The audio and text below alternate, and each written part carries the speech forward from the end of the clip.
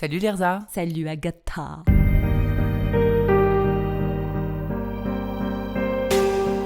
Tu vas bien? Je vais pas si mal. Franchement, il fait soleil, c'est cool. Et toi? C'est pas mal, mais je sors d'une grosse infection, je sais pas si j'ai envie de raconter ça, mais peu importe. Donc si je dis des trucs bizarres, faire des contractions d'expression quelconque, française, Pour une fois, t'as une excuse. c'est juste parce que je suis un peu malade.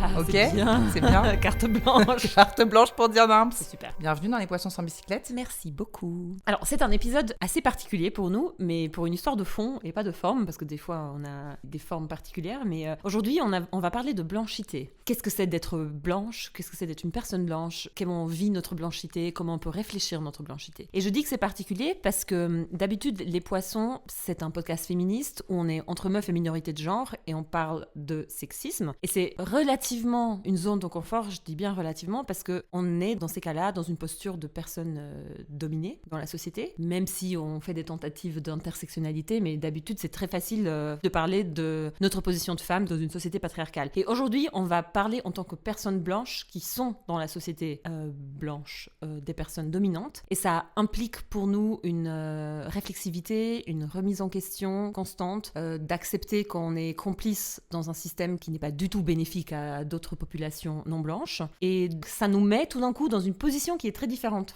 C'est un épisode particulier pour nous. Moi, j'avais très peur au début. Agatha, je sais que toi, t'avais pas si peur. Ouais, moi j'avais l'impression qu'on faisait déjà un bout de cette mise à nu par l'aveu de nos diverses erreurs par le passé et qu'on continue à faire d'ailleurs. Et du coup, c'est un peu ce qui me mettait en confiance, c'était de me dire, on va continuer ce qu'on fait déjà, mais je te rejoins sur le fait que c'est un pas de plus parce que là, vraiment, on est dans un truc où on fait un peu le travail que doivent faire les hommes, à savoir accepter nos privilèges et le regarder en face, quoi. En effet, on avait fait dans le passé cette histoire de remise en question, de se regarder dans le miroir, mais par exemple, moi, c'était assez gros de faire ça sur la grossophobie. Mais en même temps, la grossophobie s'applique aussi à moi, dans le sens que je suis dure avec moi-même aussi par rapport à mon corps, tandis que là, on est blanche, point, il y a rien à faire. Ouais, on peut pas faire un petit régime. Non, on peut pas faire un régime et devenir non blanche. Et puis, ma crainte aussi, c'est pas juste dans le fait que c'est douloureux de se remettre en question ou quoi, c'est aussi, j'avais peur de dire des conneries myopes, en fait. Et c'est là que j'aimerais rajouter le deuxième point sur pourquoi c'est particulier pour moi, c'est que je me disais, moi, écouter des mecs parler de féminisme, je pense que c'est une très bonne chose que les mecs fassent ça, mais moi, ça risque de me taper sur le système, parce qu'ils risquent de dire beaucoup de conneries, en fait. Et c'est là que t'as dit un truc très intéressant, t'as dit, mais en fait, on va pas parler de racisme, on va parler de blanchité. Et les mecs, qu'entre eux, ils parlent de masculinité, c'est très bien. Ouais. Et c'est ça qu'on va faire aujourd'hui, en fait. Exactement, on va parler de notre condition de blanche, quoi. Évidemment, du point de vue antiraciste. Bien entendu. Pas juste, oh, ma peau au soleil, elle est difficile. Ouais. Non. Et donc, on va pas aussi en parler en mode, les blancs souffrent aussi. Ça, non plus. Et j'avais aussi trois trucs que je voulais dire avant de présenter notre invité. La première, c'est que c'est un épisode sur la blanchité, mais beaucoup la blanchité en relation avec la population noire. On va pas parler beaucoup de blanchité par rapport aux Asiatiques ou d'autres populations. Notre invité va peut-être pouvoir en parler mieux que moi, mais c'est vraiment une posture particulière et une histoire particulière. Je m'arrête là pour le moment. Aussi, moi je voyais cet épisode, et je sais que notre invité aussi, comme un espèce de spin-off de l'épisode sur la sororité, parce qu'avec Agatha, on avait parlé beaucoup de comment relationner entre femmes, comment être sœur politique, comment exercer de l'empathie envers des personnes qui ont des vécus différents. Et là, c'est comme si on fait ça, mais avec un focus sur un sujet, la blanchité. Et aussi, on a décidé de faire cet épisode avant la grève féministe. Ouais, trop bien. Parce que la grève féministe se veut intersectionnelle. On trouvait ça intéressant de prendre un sujet intersectionnel et de le traiter. On va aller gratter l'intersectionnalité un peu plus aujourd'hui. Exactement. Donc Agatha, est-ce que tu veux nous dire qui est là avec nous ? Eh ben, on a invité aujourd'hui à nous rejoindre pour discuter de blanchité Katinka. Bonjour Katinka. Bonjour Agatha, bonjour Lirza. Hello. Katinka, je t'ai demandé de m'envoyer quelques mots pour parler de toi, donc si t'es d'accord, je vais te présenter. Volontiers. Alors Katinka, c'est un prénom russe, mais tu n'es pas russe. Tu es née au Rwanda et tu es partie du Rwanda en 1994, avant le génocide. Tu as fait tes études entre Lausanne, Paris, Berlin, Lausanne et Genève. Tu as tout un background dans le monde du théâtre. Et tu as un fils. Tu aimes les langues, tu en parles plusieurs. Tu écris depuis que tu sais tenir un crayon entre tes doigts. Tu as fait de la mise en scène et tu gagnes aussi ta vie actuellement comme actrice. Tu estimes que ta plus grande force est ton extrême porosité face au monde et tu te décris comme une artiste précisément à cause de ça ou grâce à cela. Sinon, à quoi ça sert de ressentir tout ça ? Ça, c'est toi qui poses cette question. On s'est croisés dans une rue alors qu'on venait soutenir nos enfants respectifs qui allaient courir la course de notre commune, Prilly, et on a commencé à parler. Je t'ai parlé parler de ce qui m'animait en ce moment, donc le podcast, et je t'ai demandé ce qui t'animait toi, et tu t'es lancée dans l'explication de ce que tu étais en train de faire à ce moment-là, parce que tu écrivais une thèse que tu vas nous présenter ensuite. Volontiers, ouais. Et quand tu m'en as parlé, j'ai ouvert des yeux ronds. Effectivement. Parce que tu m'as expliqué que tu traduisais le texte d'une femme racisée. Tout à fait. Et je t'ai dit, mais comment ça se fait qu'une blanche traduise le texte d'une femme racisée ? Oui, parce que Katinka est blanche. Oui. Oui, c'est vrai. Et je t'ai dit, est-ce que tu veux venir nous en parler dans le podcast ? Et t'as tout de suite dit oui, avec plaisir. Et donc, je vais te laisser la parole pour parler de ta thèse, mais avant ça, peut-être on va reposer rapidement nos identifications sur le plan racial, afin que ce soit clair pour toutes les auditrices. J'aimerais juste dire que c'est un rituel qu'on a piqué au podcast Kif Taras, où avant chaque épisode, elles font ça, elles s'identifient chacune sur le plan racial. Voilà, tout à fait. Donc moi, effectivement, je m'identifie comme blanche. Je suis effectivement née au Rwanda, mais de parents suisses, les deux. Mon père est d'origine suisse-allemande, ma mère d'origine genevoise. Et donc, je suis et je m'identifie comme blanche. C'est intéressant que tu t'identifies comme blanche, parce que moi, pendant longtemps, je m'identifiais rien du tout sur le plan racial, parce qu'en tant que blanche, j'avais ce privilège de juste ne pas m'identifier, en fait. Ouais. Et c'est en venant en Suisse que j'ai commencé à m'identifier en tant qu'albanaise. Ouais, je pense que moi, depuis toujours, je m'identifie comme blanche puisque je suis née au Rwanda et que du coup, où je vivais quand j'étais vraiment bébé dans les premières années de ma vie, on était les seuls blancs du village. Donc évidemment que toutes celles et ceux que je croisais n'étaient pas comme moi et donc j'ai d'emblée ressenti ma blanchité. Ouais. Et toi, Agatha ? Je vais pas rentrer aussi sur les questions d'identification, mais en tout cas, je suis blanche de facto, et je suis d'origine polonaise, et je suis née sur le territoire français, et je suis suissesse depuis 2023. Donc merci, on va pouvoir rentrer dans le vif du sujet. Je vais te donner la parole, Katinka, pour que tu nous racontes ce que tu fais justement, cette thèse que j'ai rapidement évoquée en parlant de notre rencontre. Ça va un peu poser le cadre de pourquoi on te reçoit aujourd'hui, pourquoi on parle de blanchité finalement, alors que le départ de la conversation, c'est ton travail de thèse. Oui, effectivement. Alors, j'ai donc amené avec moi le pavé. Oh, incroyable. Et félicitations à part ça. Tu viens de le finir. Oui, c'est ça. Je viens de l'imprimer il y a vraiment quelques semaines. C'est la première fois que j'emmenais ce truc quelque part avec moi. Donc, ce truc, c'est donc ma thèse imprimée. Et c'est vraiment beaucoup d'émotions lorsque je l'ai eu entre les mains pour la première fois il y a quelques semaines. D'ailleurs, la gentille dame du centre d'impression de l'UNIGE, donc de l'Université de Genève, quand elle me l'a tendu, j'ai littéralement fondu en larmes et je n'arrivais plus à me ravoir. J'ai pleuré non-stop pendant 10 minutes. Elle ne savait plus quoi faire. Enfin, vraiment, c'est l'aboutissement d'un long parcours du combattant. Cette thèse s'appelle Traduire Top Dog Underdog de Susan Laurie Parks, faire jazzer la langue française. Ça, c'est le titre de ma thèse. Ouais. Le point de départ a été mon envie de traduire Top Dog Underdog. Top Dog Underdog, en 2-3 mots, une pièce de théâtre qui a été écrite par cette dramaturge africaine-américaine qui s'appelle donc Susan Laurie, c'est son prénom, Parks, c'est son nom de famille. Elle l'a écrite et elle a gagné avec cette pièce le prix Pulitzer de l'œuvre théâtrale en 2002. Elle est devenue la première femme africaine-américaine à recevoir cette distinction. Ça a fait un buzz total, même si elle était déjà quand même relativement connue avant ça, mais c'est vrai que ce prix-là, couplé également à la MacArthur Genius Grant, donc une bourse assez conséquente et très prestigieuse qu'elle a reçue l'année d'après, les deux ensemble l'ont vraiment propulsée, on va dire, sur le devant de la scène médiatique aux États-Unis. Ouais. Et ça a fait d'elle une grande star aux États-Unis qu'elle est toujours et qu'elle est depuis. Elle est artiste associée au Public Theatre de New York, qui est un théâtre off-Broadway, mais quand même assez connu. Et ça veut dire qu'elle a une activité dramaturgique intense, à savoir qu'elle sort quasiment une pièce par année depuis une dizaine d'années. Et c'est une artiste vraiment prolifique. Elle est également musicienne, elle a un groupe. Elle performe régulièrement, elle chante aussi dans ses propres pièces. Enfin, c'est une artiste pluridisciplinaire. Lorsque j'ai lu Top Dog Underdog pour la première fois, c'était dans le cadre de mon deuxième master en lettres à l'Université de Lausanne en 2017. 18. Ça a été une véritable rencontre et puis un peu un coup de foudre artistique. C'est vrai que j'avais déjà écrit et monté des pièces avec ma compagnie à l'époque et j'avais l'impression en lisant Top Dog Underdog que je lisais quelque chose de nouveau. Et ça, c'est rare d'avoir l'impression de découvrir quelque chose de nouveau dans un domaine qui nous est propre. Ça tenait évidemment à son écriture particulière, à l'oralité que son écriture véhicule, mais également à la langue particulière. particulière, à savoir qu'elle écrit en African American Vernacular English, donc cet afro-américain que nous on connaît un petit peu à travers, on va dire, le hip-hop, le rap, enfin avec des tournures un peu stéréotypées du style la double négation, ain't no nothing, des trucs comme ça, mais qui en vrai est une langue à part entière, donc l'afro-américain qui est connu comme... alors le nom sur lequel les linguistes s'accordent, c'est le African American Vernacular English, mais on l'appelle aussi Ebonics. C'est un peu controversé parce que le mot charrie un petit peu d'autres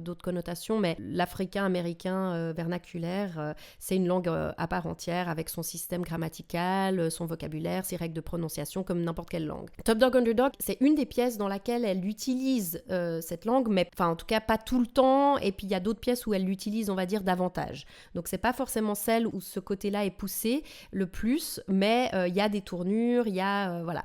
Et c'est une pièce qui a vraiment bien marché, qui a été donc jouée à Broadway, et puis reprise 20 ans après dans une nouvelle mise en scène de Kenny Leon, et c'est une pièce qui est très connue, elle fait partie des 20 pièces les plus connues de ces dernières années, elle a été nommée parmi les 20 meilleures pièces, on va dire, des 50 dernières années. Elle est comparée à des pièces du style Angels in America de Tony Kushner par exemple, ou d'autres. Je vais juste dire que j'avais jamais entendu parler de cette pièce, et ça va aller dans le sens de ce que tu vas dire après par rapport à la traduction en français, c'est que dans le milieu francophone, elle est pas très connue, mais en même temps, moi je lis beaucoup en anglais. De t'entendre parler de la renommée de Suzan-Lori Parks, je suis très triste de savoir que je l'ai découverte que récemment grâce à toi, et je l'ai lue, elle est incroyable la pièce. Est-ce que tu arrives à dire un peu plus en quoi tu la sentais nouvelle ? Oui, c'est une question qui est évidemment très délicate parce que ça tient beaucoup au ressenti, c'est de l'ordre du feeling. J'utilise cette expression que j'emprunte à Antoine Berman, qui est un grand traductologue. Il parle de proximité dans la distance.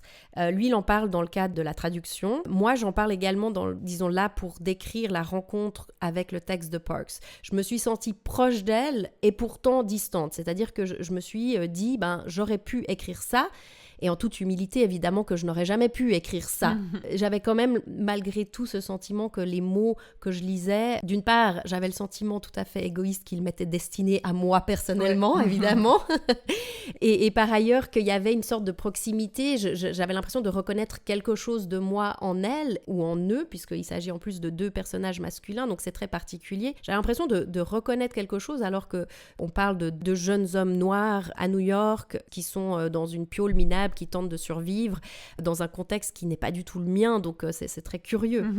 Quand tu racontes ça, ça me fait penser à certaines chansons. Oui, exactement. Je me sens hyper proche de ça et vraiment ça vient toucher quelque chose à l'intérieur de moi, et effectivement j'ai l'impression que c'est un message qui m'est adressé. C'est ça. Comme si ça avait été écrit pour parfaitement fitter dans mes oreilles. Voilà, c'est exactement ça. Ouais. Et du coup, toi, pourquoi tu choisis cette œuvre et comment tu la découvres ? Est-ce que c'est à cause du prix Pulitzer ? Pourquoi elle n'est pas traduite ? Enfin, tu peux nous en dire plus ? Exactement, je rebondis aussi sur ce qu'a dit Lirza juste avant. C'est vrai que quand j'ai découvert Top Dog Underdog, je me suis rapidement intéressée à la question de savoir si cette pièce que j'ai trouvée si incroyable, et ensuite j'ai très vite lu également d'autres pièces de Parks, notamment Venus, qui est la 2e pièce d'elle que j'ai lue, mais je les ai évidemment toutes lues. J'ai été très surprise de constater que aucune d'entre elles n'avait été traduite dans aucune langue, donc ni en français, ni en allemand, ni en italien. Enfin, il n'existe à ce jour aucune traduction publiée d'aucune de ces pièces dans aucune langue, ce qui est quand même vraiment, pour une artiste de cette envergure-là, voilà, c'est complètement incroyable, voire problématique en fait,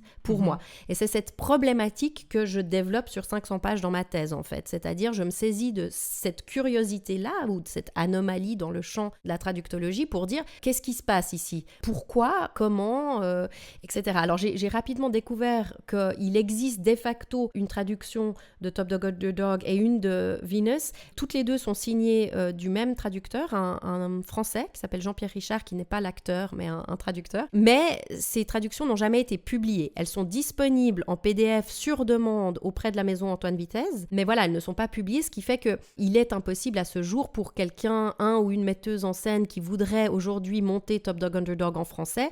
En gros, il n'y a pas de traduction publiée, elle existe nulle part. Et puis surtout, ça veut aussi dire que dans les metteuses en scène, directrices de théâtre actuelles, et moi j'en ai côtoyé et j'en côtoie encore beaucoup à l'heure actuelle, pareil, elle est inconnue au bataillon. Personne ne sait qui c'est en fait, cette femme. Quand tu mets Pulitzer, c'est comme quand tu mets une banderole prix Femina et puis tu sais que tu vas vendre ton truc, que les maisons d'édition se disent c'est une garantie pour vendre. C'est ça qui me questionne beaucoup en t'écoutant. Oui, ce qu'il faut savoir, c'est que le prix Pulitzer de l'œuvre dramatique ou de l'œuvre théâtrale, c'est un peu une niche à l'intérieur parce que le théâtre publié sous forme de livre représente une niche dans le monde éditorial et le théâtre traduit représente une niche dans la niche. D'accord. Le point de départ de ma thèse, c'était mon désir de traduire Parks, donc j'ai commencé par traduire Top Dog Underdog. Au cours de ces 5 années, j'ai contacté différentes maisons d'édition de théâtre, notamment les éditions théâtrales par exemple basées à Lyon, pour savoir s'il y avait de l'intérêt à publier ma traduction, et c'est vrai que jusqu'à maintenant j'ai rencontré un peu d'intérêt,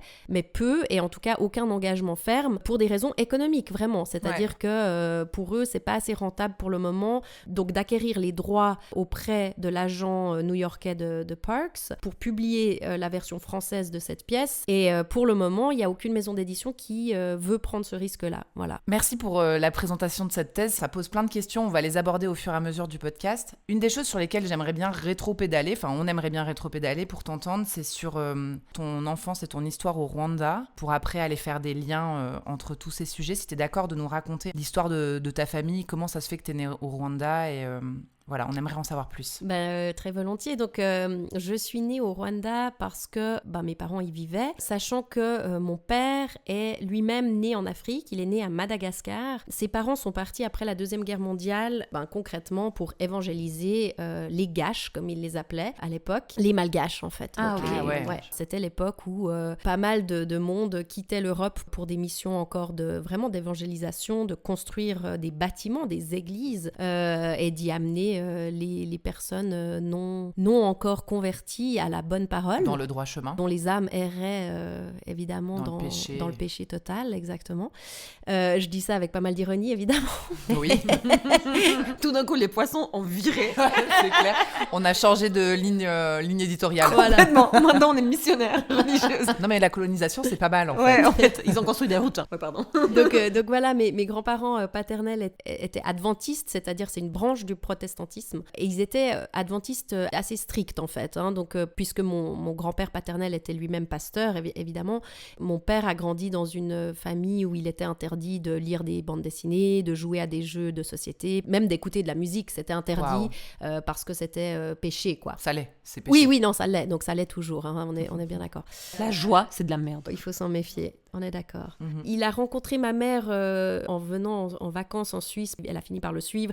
Et puis au Rwanda, il a eu le poste en fait auprès de la DDC, la coopération suisse. Il a eu un poste assez important où en fait il s'occupait de tous les projets de développement du pays. Et dans ce cadre-là, il a monté notamment une usine qui s'appelait Gutanit Rwanda, qui visait à remplacer la tôle ondulée par des options en papyrus, quoi. Voilà. Okay. Et moi, je suis née donc dans ce contexte-là au milieu des années 80, dans un minuscule village du Rwanda. Et c'est vrai que j'ai un passé qui est lié, effectivement, je pense que c'est pas pour rien, même si je l'ai pas tout de suite conscientisé. Il est clair et il est très évident pour moi que mon choix de travailler sur Suzan-Lori Parks, de traduire cette pièce, pour moi, il est évidemment lié à mon histoire. Je pense qu'il y a une notion de... Alors, on va y venir aussi, mais il y a une notion de dette, il y a beaucoup de culpabilité, la notion de white guilt sur laquelle on reviendra. Il y a tout ça qui se mélange, mais voilà, c'est sûr que voilà, mon passé, il est, de manière intrinsèque, il est lié à la question de la blanchité et à qu'est-ce que ça veut dire. Tu nous racontais hors micro que tu as une photo de tes grands-parents avec un casque colonial, donc c'est quand même pas vide de sens, quoi. C'est quand même un passé qui est symboliquement fort, cette image-là. Ouais, c'est clair. Bon, évidemment, si on te pose ces questions-là, c'est pas innocent parce que on imagine comme ça, on aimerait que tu nous racontes un peu justement en quoi ce passé, cette white guilt que tu as commencé à poser, peut avoir un lien avec ton choix de thèse. En développant ça, est-ce que tu pourrais nous parler un peu de l'appropriation culturelle ? C'est une des questions que ça pose, je trouve, en écoutant. En tant que chercheuse que tu es, est-ce que tu peux poser un cadre théorique sur qu'est-ce que c'est l'appropriation culturelle pour celles et ceux qui nous écoutent, qui peut-être connaissent pas tout à fait, pour qu'ensuite on développe ensemble d'autres sujets liés à ça, parce qu'on est toutes et tous impliqués quand même. Oui, alors j'ai pris quelques notes pour la partie plus théorique parce que c'est vrai que c'est important effectivement de poser un cadre. La question de la légitimité de ma démarche, elle s'est posée d'emblée pour moi et puis elle m'a poursuivie, elle me poursuit toujours. D'ailleurs, nous, on te poursuit. Bah, nous, on est là, quoi. Voilà, c'est sans doute pas pour rien que je suis assise là aujourd'hui. Non, mais réellement. Du reste, en préparant le podcast, on s'est vu donc plusieurs fois les trois et puis vous vous souvenez que je vous ai confié que j'ai failli changer en fait la conclusion de ma thèse qui était encore quasiment imprimée à ce moment-là, mais tout juste pas encore. J'ai gardé ça au final pour la soutenance qui aura lieu au mois de juin parce qu'il y aura des choses à dire sur cette question-là. Donc c'est pour dire à quel point la question de la légitimité, elle est pas décidée une fois pour toutes en fait. Voilà, c'est un work in progress cette question-là et plus j'avance et plus je me rends compte que cette question ouvre des brèches dans de nombreuses directions, dont effectivement une des directions serait cette question de l'appropriation culturelle. Peut-être je vais rapidement définir ce que c'est. Donc c'est quand les membres d'un groupe majoritaire en fait adoptent des éléments culturels d'un groupe minoritaire et qu'ils le font de manière irrespectueuse et ou stéréotypée et ou enfin en exploitant également, donc en tirant des bénéfices économiques, culturels, de prestige, etc. La culture ici comprise comme l'ensemble en fait des connaissances, des croyances, des arts, morales, droits, coutumes et autres qui sont acquises en tant que membre d'une société. Donc c'est vraiment l'appropriation culturelle, l'idée de s'approprier quelque chose sans autorité et sans droit, et on donne souvent comme exemple Madonna par exemple, qui a utilisé le voguing donc dans son clip pour la chanson Vogue. Le voguing qui est une danse issue de la sous-culture gay des ballrooms, des drag balls plutôt, et puis elle en a tiré évidemment à travers son clip un capital financier et culturel au détriment en fait de cette minorité. C'est un exemple qu'on cite souvent lorsqu'on parle d'appropriation culturelle. Parce que moi, j'ai lu aussi sur cette question et j'avais envie de te poser la question, est-ce qu'il y a une manière de contrer l'appropriation culturelle, justement ? Tu vas nous dire après comment tu l'as fait pour la thèse, parce que moi, j'ai lu aussi qu'on pouvait, si on créditait, la question c'est à qui revient, ce que tu disais, les questions économiques, etc., mais il y a aussi le crédit. Et il y a aussi un truc de, si tu t'appropries culturellement mon bien, mais quand on vient te poser des questions sur ta propre blanchité et sur ton privilège et que t'es pas d'accord de te poser la question, l'appropriation culturelle est encore plus grave. Enfin, il y a vraiment cette notion de, on est d'accord de te prêter. Ouais, c'est exactement ça. Ouais, c'est vrai que c'est complexe. Il s'agit d'être capable de rendre à César ce qui est à César en quelque sorte. Donc c'est sûr que si Madonna dans son clip avait à la fin une notice explicative qui expliquait d'où venait le voguing, qui effectivement créditait quelque part cette pratique, eh bien déjà là on se situerait un petit peu moins déjà dans la propriété. Voilà, ça serait déjà un petit peu moins pire. Après effectivement je pense que c'est très compliqué en art parce que typiquement moi je peux en parler de manière subjective, enfin personnelle plutôt. Voilà, j'ai dit tout à l'heure que j'avais écrit et monté des spectacles. Quand on est dans une pratique artistique, on est tout le temps en train d'emprunter et même très souvent, il faut le dire, de manière inconsciente, honnêtement.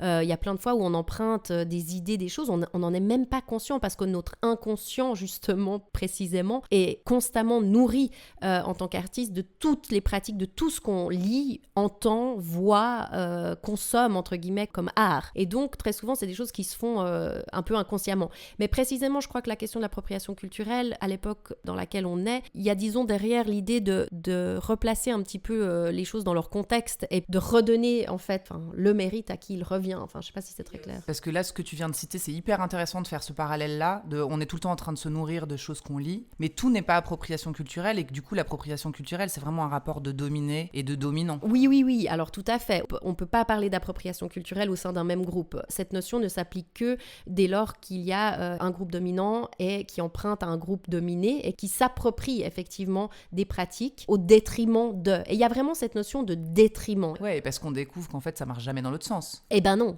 Après, peut-être d'emblée, dans mon cas, à travers mon travail de traduction, cette question de l'appropriation culturelle, quelque part, elle se pose depuis un moment maintenant dans les études en traductologie, puisque effectivement, lorsqu'on traduit le texte d'une autre personne. Si on part du principe que c'est de l'appropriation culturelle, à ce moment-là, on traduit pas en fait. On peut pas traduire dans ce cas-là. Donc c'est des questions qui se posent depuis très longtemps et qui ont été théorisées et qui sont sujets à débat, encore actuellement, de très vifs débats, très intéressants du reste. Mais la question, elle se pose un tout petit peu différemment, on va dire, dans le domaine de la traductologie, puisque on va dire que c'est quand même la condition sine qua non pour traduire quelqu'un d'autre, c'est de dire qu'on est d'accord de faire ce pas-là, parce qu'autrement, évidemment, il se passe rien. Ouais, bien sûr. La question que je vais te poser pour te faire rebondir sur la façon dont tu te positionnes, c'est qu'on aurait pu se dire Susan Laurie Parks ne peut être traduite que par une afro-descendante. Tout à fait. C'est ça qui nous intéresse et qui nous amène à questionner comment toi tu t'es positionné par rapport à ça et comment tu as fait ce travail pour décider finalement de poursuivre. Comme tu nous disais, tu as eu des doutes. Est-ce que ça te va si avant qu'elle réponde à cette question, on fasse un pas de côté, parce qu'on avait eu une discussion très riche ensemble sur qu'est-ce que c'est d'être fan de quelque chose en fait. Qu'est-ce que c'est d'aimer vraiment une œuvre, parce que je pense que,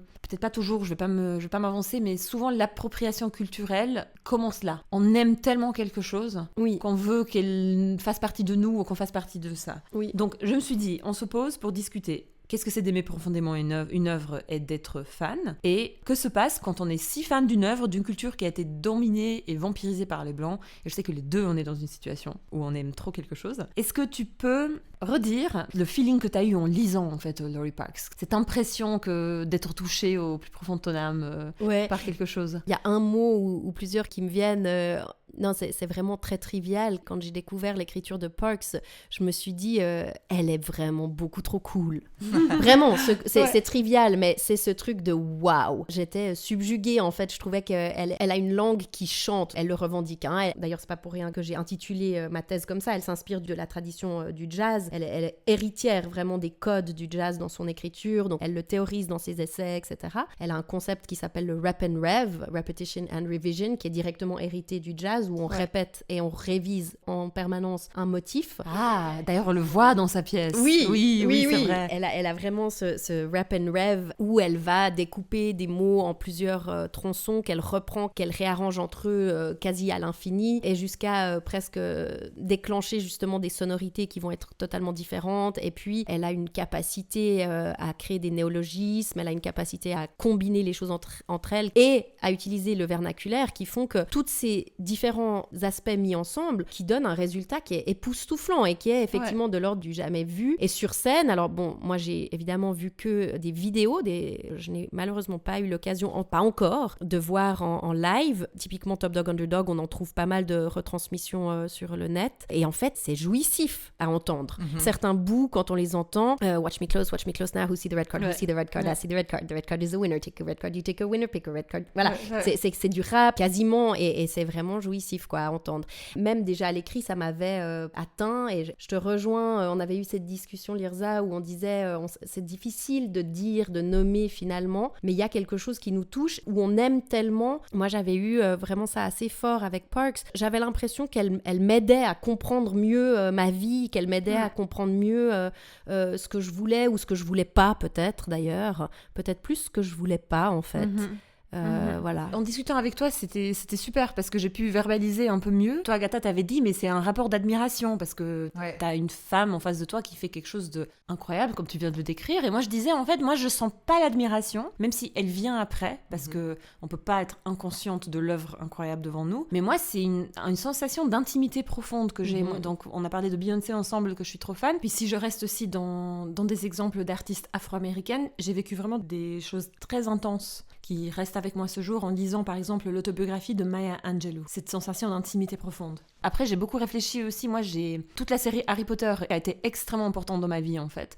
Et récemment, j'ai regardé la réunion des acteurs et j'ai pleuré tout le long. Mais c'était très profond en fait. Je pleurais toutes les 5 minutes en fait. C'était même pas à des moments incroyables, vraiment. Bref. Et en fait, c'est ce rapport d'intimité profonde que je peux avoir avec certaines artistes. Et d'ailleurs, je tiens à le dire que je suis pas du tout d'accord avec ce que J.K. Rowling dit sur les personnes trans en ce moment. C'est vraiment un chagrin immense pour moi, mais ça n'enlève pas ce que je ressens pour Harry Potter en fait. Et il y a ce truc d'intimité. Moi, j'avais le sentiment de enfin me sentir comprise et enfin me sentir appartenir à quelque chose et enfin me sentir que je suis pas seule, qu'il y a d'autres gens qui vivent des choses similaires que moi. Et je refais une deuxième fois la parenthèse. Je sais parce que j'ai vu des témoignages en ligne il y a plein de personnes trans et non binaires qui ont le même vécu en fait avec la série Harry Potter et c'est juste horrible. ce que Yale doit vivre en ce moment avec J.K. Rowling et ce que je vis aussi, et ce que plein d'autres gens vivent aussi. Enfin, c'est juste horrible d'avoir une série de littérature qui a été aussi signifiante pour pas juste une génération, plusieurs générations, et ça continue. Et que la personne qui est derrière l'œuvre, à un moment donné dans sa vie, a décidé de représenter des points de vue atroces transphobes. Parenthèse fermée. Évidemment, tu vas me dire, deux mecs afro-américains dans une piole minable n'ont rien à voir avec toi, mais évidemment aussi une bande de magiciens en Écosse, qu'est-ce qu'ils ont à faire avec moi? Mais c'est pas ça, c'est ce que l'œuvre représente, ce que l'artiste veut transmettre derrière, en fait, qui font que pour moi, il y a des œuvres et des personnes qui ont été extrêmement importantes dans ma vie. Et j'ai l'impression de les connaître, j'ai l'impression que c'est mes potes. Moi, Beyoncé, j'ai l'impression que c'est quelqu'un de ma famille. Et à ce jour, genre, quand les gens attaquent gratuitement Beyoncé, moi, je m'énerve. Oui, tout à fait, ouais. Alors oui, moi, je ressens la même chose. Pour moi, Parks, j'ai l'impression effectivement que c'est quelqu'un de ma famille. Pour moi, c'est une intime. D'ailleurs, c'est un immense... C'est une intime, exactement ça. Ouais, non, vraiment. Et pareil, si quelqu'un a le malheur de dire un mot de travers sur elle, ça se passe très très mal, quoi. Donc je comprends tout à fait. Moi, je connais pas du tout cette sensation. J'essaye de la faire apparaître dans mon corps et j'ai aucune idée de ce dont vous parlez. C'est trop drôle. C'est hyper intéressant pour moi de vous regarder parce que vous avez vraiment le visage lumineux, mais vraiment vous avez des sourires trop enjoués. Vous comprenez sur ce truc-là et moi je vous regarde vraiment, j'ai l'impression d'être waouh, ça a l'air trop bien à vivre. Mais c'est marrant parce que la première fois que tu m'as dit ça, je suis rentrée chez moi, j'étais là. Ah oui, il y a des gens qui sont pas fans. Vraiment, c'était une réalisation pour moi parce que je fais tellement partie de communautés de fans. J'ai beaucoup cette histoire de communauté autour de quelque chose qu'on aime, mais qu'on aime, encore une fois, au-delà des rapports d'admiration. Je trouvais ça important de commencer par ça. C'est là, en fait, je trouve qu'à la base, il y a rien de mal à aimer profondément une œuvre. Et en fait, ce qu'on disait ensemble, c'est que du moment, par contre, que c'est une œuvre d'une personne afro-américaine, et c'est là que je vais plutôt parler de Beyoncé que d'Harry Potter, on peut pas aimer en toute innocence. On doit faire attention. Enfin, on doit. Je suis désolée, je voulais pas parler comme ça, mais... Qu'est-ce qui se passe quand on est aussi fan d'une œuvre, comme je disais, d'une culture qui a été dominée et vampirisée? Et il y a un truc que je voulais dire, c'est que sans vouloir aller dans un discours de « moi, je ne vois pas la couleur, la race n'existe pas, on est des gens finalement », parce que ça, c'est un discours extrêmement naïf et qui fait abstraction du racisme. J'aimerais dire que moi, je trouve c'est possible, parce que moi, je l'ai vécu en lisant aussi Maya Angelou, en lisant plein d'autres femmes extraordinaires afro-américaines, dans son intimité profonde, et c'est là, je pense que je te rejoins, dans ton lit, en train de lire un livre, il y a moyen de se mettre 2 secondes à l'abri de l'atrocité qu'est cette société de domination raciale, et de juste être en contact avec une autre personne, même si t'es blanche, en fait. Et c'est peut-être basique ce que je dis, mais en fait, souvent c'est dit pour instrumentaliser, non, mais je vois pas la couleur. En fait, moi, je vois la couleur. Par contre, je pense que avant d'aller dans des considérations de appropriation culturelle, moi, je suis capable d'être touchée par Maya Angelou, j'ai été capable d'être touchée par Susan Dory Parks, c'était trop bien. Je suis très touchée par Beyoncé. Et je sais pas si tu vis ça un peu, d'être pendant un moment dans un cocon à l'abri de ça. Oui, totalement. Et puis je pense que, heureusement, que c'est possible en fait, parce qu'autrement l'art ne servirait à rien si on ne pouvait pas se mettre là-dedans. Je pense que c'est même quelque part le but, l'objectif premier des artistes, c'est justement ça. Parks, elle le dit, un des objectifs de son art, sa dramaturgie, elle le dit elle-même, c'est de réunir dans une salle de spectacle le plus de gens possible, différents, et puis que lorsque au moment au le plus fort du spectacle, on s'oublie, on est totalement dans l'action, on s'oublie, on sait plus trop qui on est dans ces moments-là, on se pose même plus la question, est-ce qu'on est blanc, est-ce qu'on est noir, est-ce qu'on est blanche ou petite, grande, grosse, moche, enfin on oublie toutes ces considérations, on est juste projeté dans quelque chose, et dans ce moment-là, de manière un peu naïve certes, mais il y a quelque chose où on peut se rejoindre, et je crois qu'elle y croit fermement, parce qu'elle fait aussi de la musique comme je l'ai dit, et puis je crois qu'elle y croit, parce qu'autrement il n'y a plus tellement d'espoir non plus, si on peut pas faire ça, quoi. Autrement on communique pas. J'ai déjà partagé avec toi mon exemple du film de Beyoncé, Homecoming. Oui. Ouais, qui est incroyable d'ailleurs, que j'ai adoré. Regarder. Ouais, que tu m'as mis un couteau sous la gorge devant la télé là. Maintenant tu vas regarder ça. Non, je rigole. Oui, je sais que tu rigoles.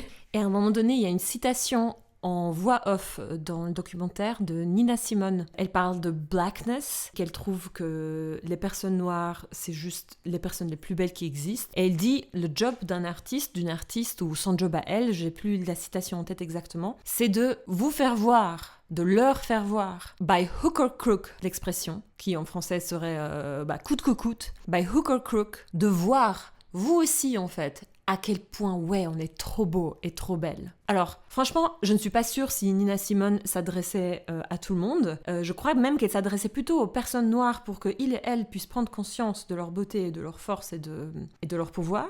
Mais comment Beyoncé le fait, je pense qu'elle le tourne plutôt aux personnes blanches, pas que évidemment, parce qu'elle décide de faire ce concert et puis ensuite d'en faire un documentaire à Coachella, qui est en fait un festival extrêmement blanc. Puis elle en est consciente de ça.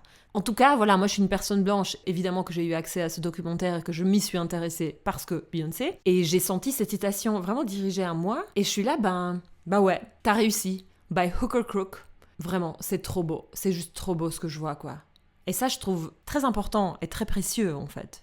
Et c'est à ça que ça sert, ce qu'elle fait. Tu sais, avec les considérations de culpabilité blanche, des fois je suis là, genre, est-ce que j'ai le droit d'aimer ça ? Est-ce que j'ai le droit d'en parler et tout ? Mais je trouve ça trop magnifique parce qu'on est juste en communication, on est juste en empathie. Tout à fait. Et on est transporté, hein, on est transporté ailleurs. Ouais. Et c'est cet ailleurs-là qui est intéressant.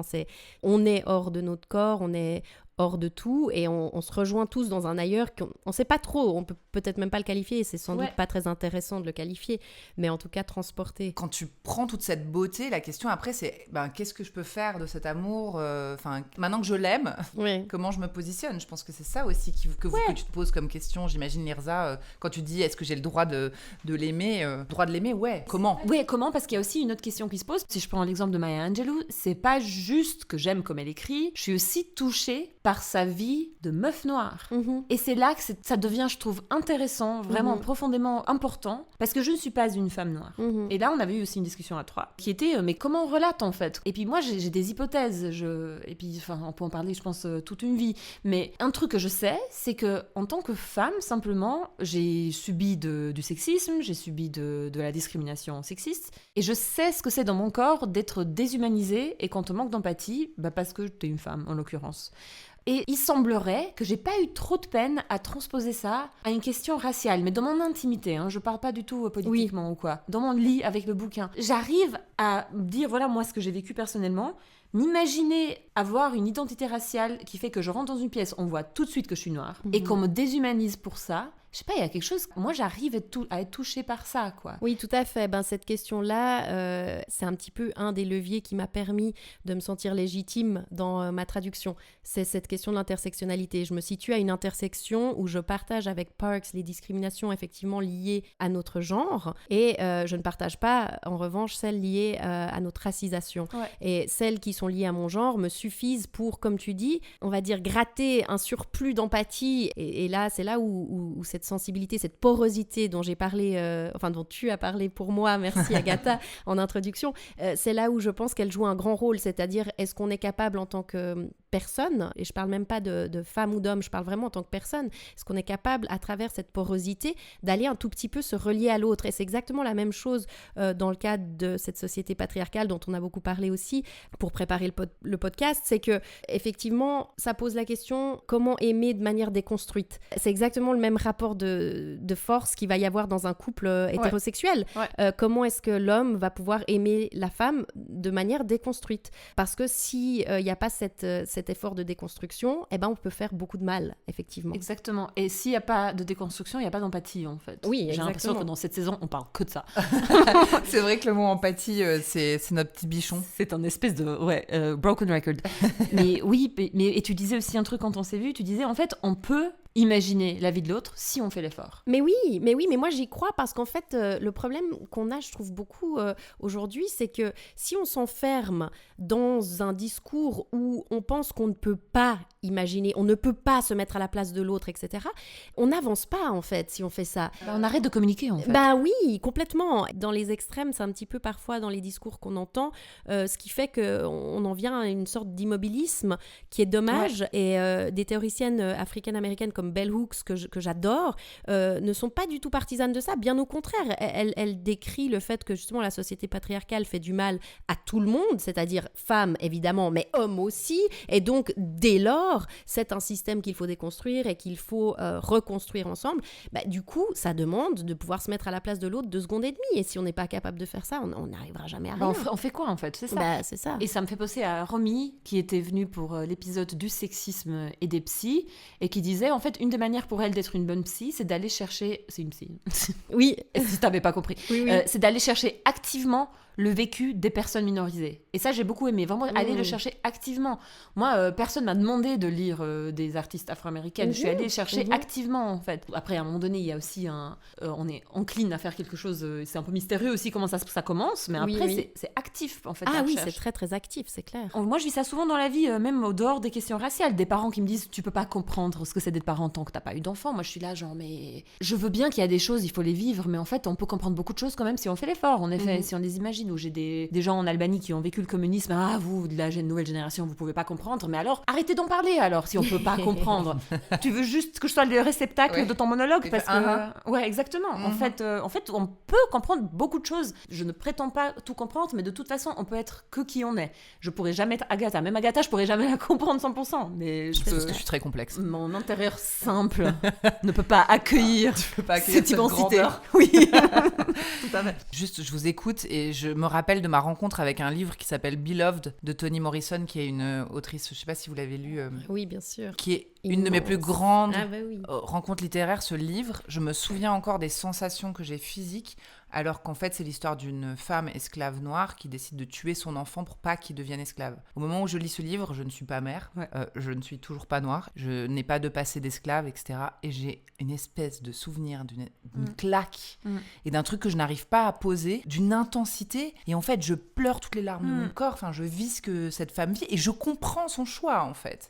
Et c'est incroyable. Et donc, tout ça pour dire, c'est ça aussi de la beauté de la littérature et la beauté de la musique et de l'art, quoi, qui peut te transporter à des endroits dont tu n'as aucune idée. Bien sûr. C'est ça son intérêt, en fait. C'est qu'il transporte à des endroits... dont tu ne soupçonnais même pas l'existence. Même pas l'existence. C'est que sur lesquels tu t'es jamais renseigné et d'un coup, soit il réveille un truc qui a un intérêt et que tu vas chercher plus loin, soit tu restes dans cette émotion-là et c'est fine aussi. Mais c'est juste pour dire... tout à fait. En fait, c'est OK. Tu peux créer ces connexions-là. C'est OK, c'est possible, quoi. Et tout à fait. Et du coup, je vais retourner un peu sur le sujet de l'appropriation culturelle. Je suis très heureuse qu'on ait parlé de ça et qu'on partage cette expérience intime, en fait, de comment on peut aimer une œuvre. Après, quand il s'agit de l'œuvre d'une personne qui appartient à une population, une classe dominée, on peut pas aimer innocemment. Tout à fait. Et c'est là, par exemple, moi je vais prendre juste l'exemple personnel et après je te tends la parole, Katinka. Par exemple, moi je le vis avec Beyoncé. Je vais pas aller comme une conne à faire des tresses plates. Pas que j'ai pas été tentée. C'est très beau.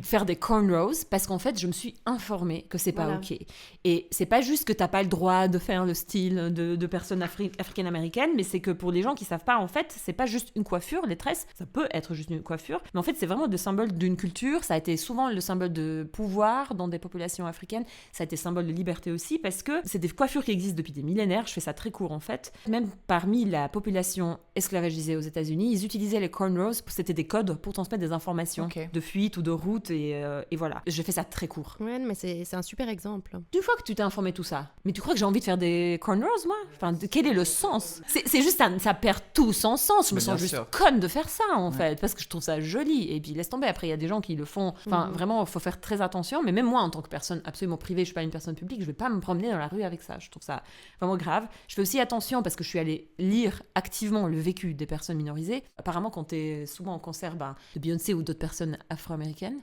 les paroles des chansons ont souvent le N-word dedans. Tout à fait, c'est un très bon exemple. La foule de blancs qui, en chantant avec, disent le N-word en foule. Oui. Et puis c'est là, mais c'est juste la chanson. Puis il y a des personnes afro-américaines qui sont là, genre, à chaque fois, c'est horrible. Ah ouais. Et du coup, moi, je fais très gaffe. Je suis au concert de Beyoncé, je fais très gaffe. Je ne dis pas, même dans mon coin, personne ne me voit faire ça. Mais genre, tu dis pas le mot, tu te la boucles. Donc ça, c'est pour moi, c'est des exemples de, voilà, qu'en fait, je peux aimer, mais pas en toute innocence. C'est que aimer, c'est du taf. Aimer justement. Oui. Et ça rejoint ce que tu dis, Katinka, sur le fait de déconstruire. détruire en fait. C'est du Ouais. boulot, t'as une responsabilité Mais parce bien que sûr. tu peux blesser selon ce que tu t'autorises quoi. Ça demande de s'informer en permanence pour pas être dans une attitude gratuite, j'aime et puis du coup ça m'appartient et j'en fais ce que je veux. Ouais. Mais le lien d'amour C'est est hyper un fort. lien de responsabilité, c'est Ouais. clair. Ouais. Très bien dit. Le lien d'amour est un lien de responsabilité. Et puis, avant de retourner dans l'appropriation culturelle, non, mais je voulais aussi parler de ce truc qui est intéressant. C'est qu'on a réalisé les trois quand même, qu'on arrivait à empathiser et à relationner avec une classe dominée. Il y avait un truc pour le underdog,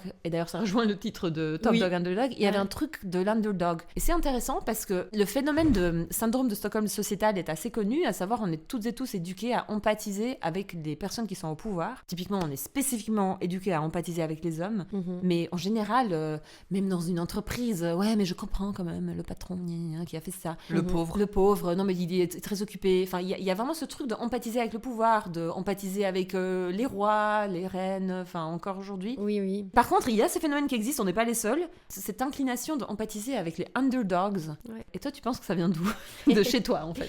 Mais alors, c'est effectivement une vraie question. Et puis, c'est quand même pas pour... Enfin, c'est très ironique que le titre de cette pièce soit précisément Top Dog Underdog. C'est clair. Ouais, parce que... Tu peux le traduire en français, peut-être, je sais pas si tout le monde... Le top dog, c'est le boss, le winner, et puis l'underdog, c'est le loser, le perdant. Mais effectivement, ça peut aussi être l'opprimé, Oui, ou le marginal. le marginal, l'opprimé. Mhm. Étymologiquement, ça vient des combats de chiens. Hein. Dire, le top dog, c'était le chien qui gagnait dans le combat, et l'underdog, c'était celui qui perdait. Hein, je dirais. Et à travers la pièce, elle est sans cesse en train de reposer, en fait... Trop bien ouais. fait. C'est trop bien Il y a fait. un switch permanent Ouais. entre les deux frères, entre la position du top dog et de l'underdog. Elle montre à quel point c'est très friable Ouais. et puis à quel point on passe d'une position à l'autre en permanence et puis rien n'est jamais vraiment acquis.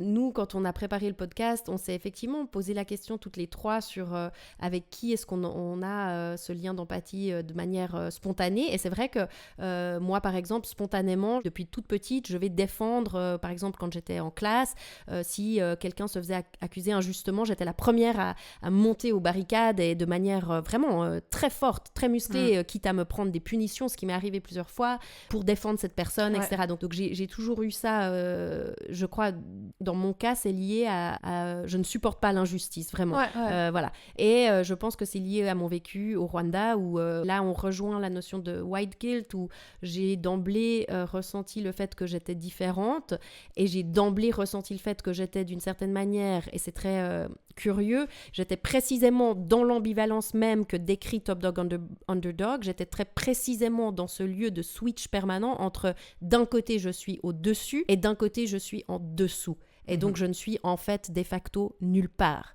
Ouais. Je sens que je suis au-dessus de la mêlée parce que plus riche. Moi, j'avais des chaussures alors que les autres enfants du village n'en avaient pas. Moi, je me déplace en voiture alors qu'eux marchent. Enfin, des choses qui font que je me sens d'emblée quelque part au-dessus. Et en même temps, avec cette culpabilité de jouir de ces privilèges-là. Et donc, cette culpabilité me fait d'emblée me sentir en dessous.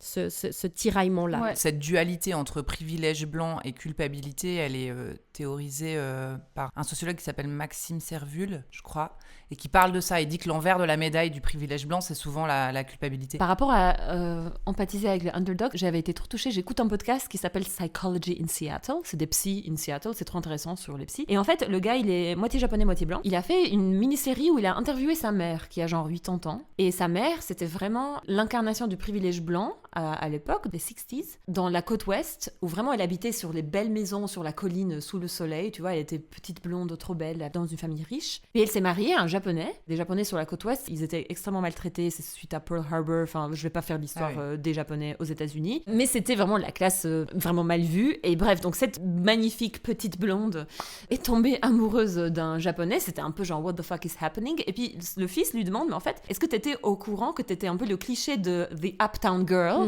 qui en fait tombe amoureuse du japonais, quoi? Puis elle dit, en fait, moi je comprends ce que tu dis, mais moi je me voyais pas comme ça. En fait, déjà dans sa famille, il y avait pas mal de souffrance, il y avait un peu de violence et malheureusement rien de particulier. Mais elle dit, moi je me rappelle que voilà, la vie familiale était difficile, j'avais pas beaucoup d'amis. Je passais beaucoup de journées seule à jouer toute seule dans la terre, à être sale et à pas me sentir très bien en fait. Donc moi. Elle dit, quand j'y pense, ben, j'étais pas the uptown girl, moi j'étais cette petite fille plein de morve que personne n'aimait en fait. Et ça m'a trop touchée. Ça m'a trop Mmh. touchée parce qu'encore une fois, sans aller dans un discours de je vois pas la race, je vois pas le privilège, je vois pas la classe, il y a ce truc de vécu très intime qui fait qu'on relate en fait à d'autres gens que la classe dans laquelle À on est né. fond. Comment tu te perçois et comment Ouais. les autres te perçoivent, c'est souvent des choses qui sont déliées et qui peuvent expliquer effectivement cette Exactement. empathie. On y reviendra parce que je pense que c'est hyper intéressant quand on va aller plus loin sur Oui, la tout à fait. théorie et sur notre blanchité, justement. Ouais, exactement. Donc j'ai peut-être paraphrasé très mal ce qu'elle dit, mais voilà. Non, mais c'est tout à fait touchant, ce vécu de petite fille où on se perçoit d'une certaine manière et puis c'est des fois très loin effectivement des stéréotypes. Moi, dans le même registre, c'est vrai que je me souviens en tant que petite fille blanche avec mes sœurs, nous étions 3 petites filles blondes au milieu de ce village et quand on essayait d'aller jouer dans la rue avec les autres enfants, on se faisait jeter des pierres dessus parce qu'ils voulaient pas jouer avec nous. Ouais. Et donc on se sentait par ailleurs aussi rejetés. Alors je suis pas du tout en train de dire qu'on est des pauvres victimes, c'est pas du tout ça le discours ici, mais c'est pour dire qu'effectivement la réalité elle est des fois très complexe, elle est faite de nuances et de multiples couches. Et puis par ailleurs j'étais aussi des fois dans des cas où dans la rue on venait nous toucher les cheveux parce qu'on avait des cheveux lisses et blonds et puis nous on venait nous toucher aussi la peau et puis j'ai des souvenirs un petit peu traumatiques entre guillemets de ça parce que je me sentais tout à coup touchée par plein d'enfants qui venaient des fois en masse, genre 20 autour de nous, c'était pas juste 2-3, c'était vraiment une sorte de horde et en fait on se sentait, j'avais l'impression d'être un objet livré à la merci comme ça d'autrui. Surtout qu'ils sont 20. Donc Oui, exactement. Et donc, voilà, c'est pour dire que la manière dont on construit notre identité, elle est effectivement très, très complexe et nuancée. C'est très loin des stéréotypes, en fait, ou des généralités qu'on peut imaginer. Merci Katinka pour ces mots. Avant de passer à la suite, j'aimerais tenter une conclusion intermédiaire, parce que j'aimerais expliquer en résumé pourquoi j'ai tenu à faire ce détour où on a parlé de comment on peut aimer intimement une œuvre et donc l'artiste qui a construit l'œuvre, comment on peut construire une identité et se sentir d'une telle manière qui est en dehors de sa position sociale, en fait sociétale, que ce soit de la classe, du genre, de la racialisation, etc. Et en quoi aussi j'ai souhaité parler de ce phénomène de relater avec le underdog ou avec les personnes marginalisées, en quoi c'est possible. J'aimerais faire ce résumé parce que j'ai conscience, enfin en tout cas j'ai peur que parfois ce que j'ai dit passe pour de la justification du type on est tous des gens, moi j'en vois pas la race, les blancs souffrent ici, on est tous dans le même bateau, parce que c'est pas ça l'idée du tout. J'aimerais dire en fait que je comprends tout à fait par exemple qu'une femme noire n'ait aucune envie qu'une femme blanche parle pour elle, parce qu'il n'y a pas la même vécu, et surtout une femme blanche a un vécu de dominante sur cette femme noire. De la même manière que moi, Lirza, il y a plusieurs raisons pour lesquelles je n'aimerais pas qu'un homme parle pour moi au jour d'aujourd'hui, parce qu'il y a un passé douloureux, parce qu'il est temps que les hommes apprennent à se taire un petit peu et laisser parler les autres, mais aussi parce que j'observe dans la nature que la plupart des hommes ne font pas ce travail de déconstruction dont on a parlé plusieurs fois, qui veut dire en effet se déconstruire de sa place de dominant et empathiser activement et se mettre à la place des femmes. Et ça peut s'appliquer à plein de dynamiques de dominé-dominant différentes. Mais le message qui pour moi est important, c'est que ça veut pas dire que les hommes n'en sont pas capables. Et c'est pour ça que j'ai tenu aussi à parler du fait que malgré que je suis pas noire, j'ai pu vraiment me sentir hyper connectée à Maya Angelou, hyper connectée à Beyoncé. Des exemples, j'en ai plein. Parce qu'en fait, en faisant un travail actif d'aller chercher le vécu des personnes minorisées et en faisant un travail actif de déconstruction de personnes blanches, je suis capable de trouver de l'empathie pour un vécu qui n'est pas le mien. Et c'est pour dire que les hommes peuvent le faire aussi, et tout le monde peut le faire aussi, et je pense que c'est très important parce que je crois vraiment que le changement peut commencer par là, quoi. Les problèmes continuent, la domination continue, les atrocités aussi se perpétuent quand on arrête d'humaniser les autres, quand on les déshumanise, quand on n'a pas d'empathie pour les autres, parce qu'on fait pas ce travail-là. J'ai voulu, parce que je considère aussi que c'est un peu le edge de notre podcast, c'est de parler vraiment du vécu intime. Qu'est-ce que c'est d'être dans son lit avec un bouquin écrit par exemple par une femme afro-américaine et se sentir hyper connectée à elle. Et je pense que c'est un exercice fort utile à faire par beaucoup de gens.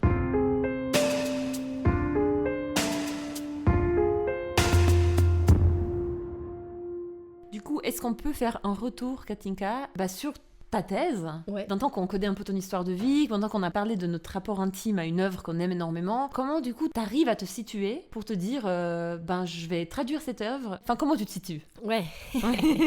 Bah alors, compliqué. Alors déjà, effectivement, on a évoqué ce devoir de déconstruction, hein, donc ça c'est le premier pas. Alors évidemment, dans le cadre d'une recherche, je me suis ouvert quelque part une voie royale pour ça, parce que je me suis offert de facto plusieurs années de recherche comme ça, aux frais de l'Université de Genève, n'est-ce pas? Je me sens très chanceuse d'avoir pu mener cette recherche où pendant plusieurs années, j'ai pu m'informer, lire un tas de livres que j'aurais jamais lus autrement, je pense, du tout.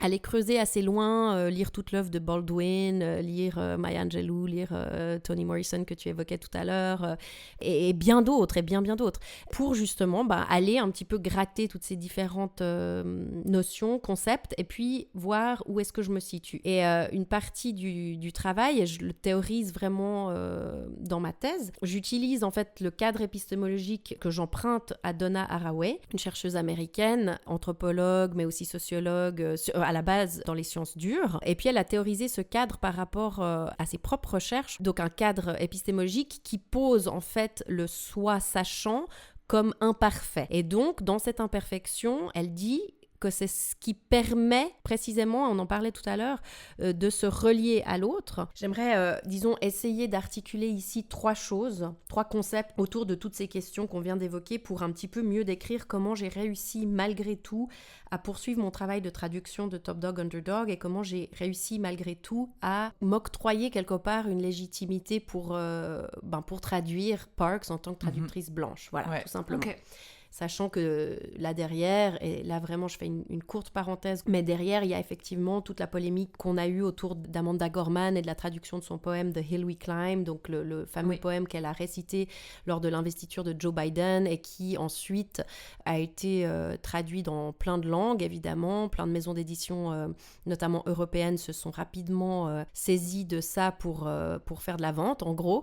Et puis il y a eu toute une polémique, notamment aux Pays-Bas et beaucoup aussi en Espagne, puisqu'en Espagne, typiquement, la traduction avait été confiée à un traducteur catalan, Victor Obiols, il s'appelle, qui est blanc, hétérosexuel, cis et assez âgé par ailleurs.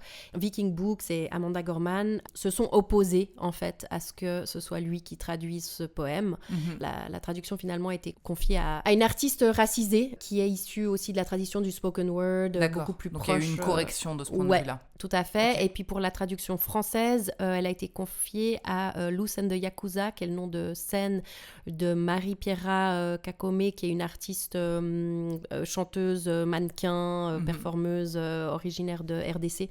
Et donc, elle l'a traduit sous son nom de scène, mais aussi pour mettre l'accent sur toute son équipe derrière. Donc, ça a été un travail un petit peu choral aussi, paru chez Fayard sous le titre « La colline que nous gravissons ». Suite à cette polémique, il y a eu toutes sortes de prises de position dans les médias, notamment ici en Suisse, par exemple, de Caroline Couteau, la directrice des éditions Zoé, qui a mis en avant effectivement le fait qu'il y a un manque de visibilité.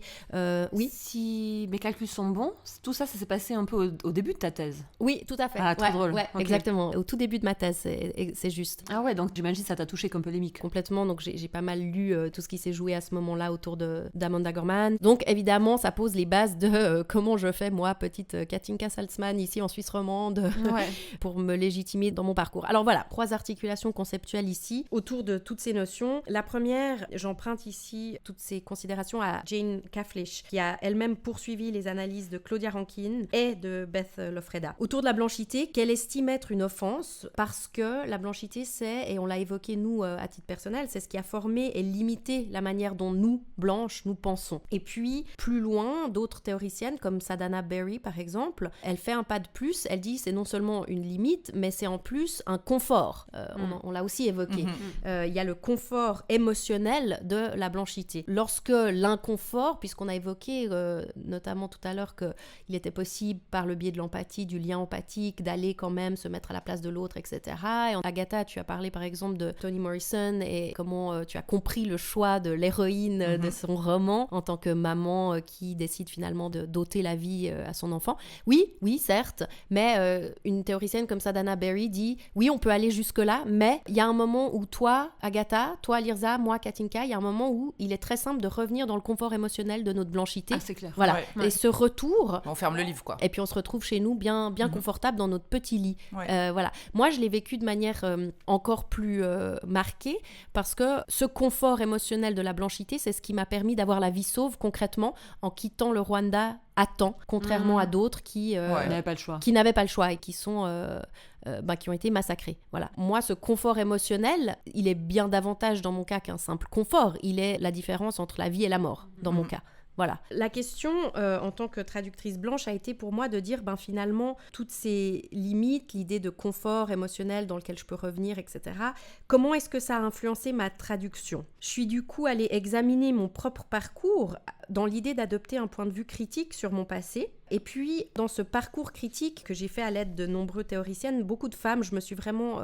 disons que ça a été une de mes priorités de surtout lire et de me baser sur des théoriciennes femmes, en fait. C'était un peu un parti pris, on va dire, assez assumé. Et puis, il y a une reconnaissance de dette, en fait. Ici, je m'appuie à nouveau sur les thèses de Jane Cavendish, mais qui elle-même s'appuie sur Melanie Klein, une psychanalyste assez connue. Melanie Klein a mis en avant l'idée que dans ce sentiment de white guilt, qui pour moi, comme je viens de le dire, a été exacerbé par le fait que j'ai pu quitter le Rwanda à temps. Donc la white guilt, elle était renforcée dans mon cas par ce vécu. Eh bien, le mot allemand pour guilt, c'est Schuld. Le mot Schuld, il a un double sens, il veut aussi dire dette. Donc une dette, c'est deux choses.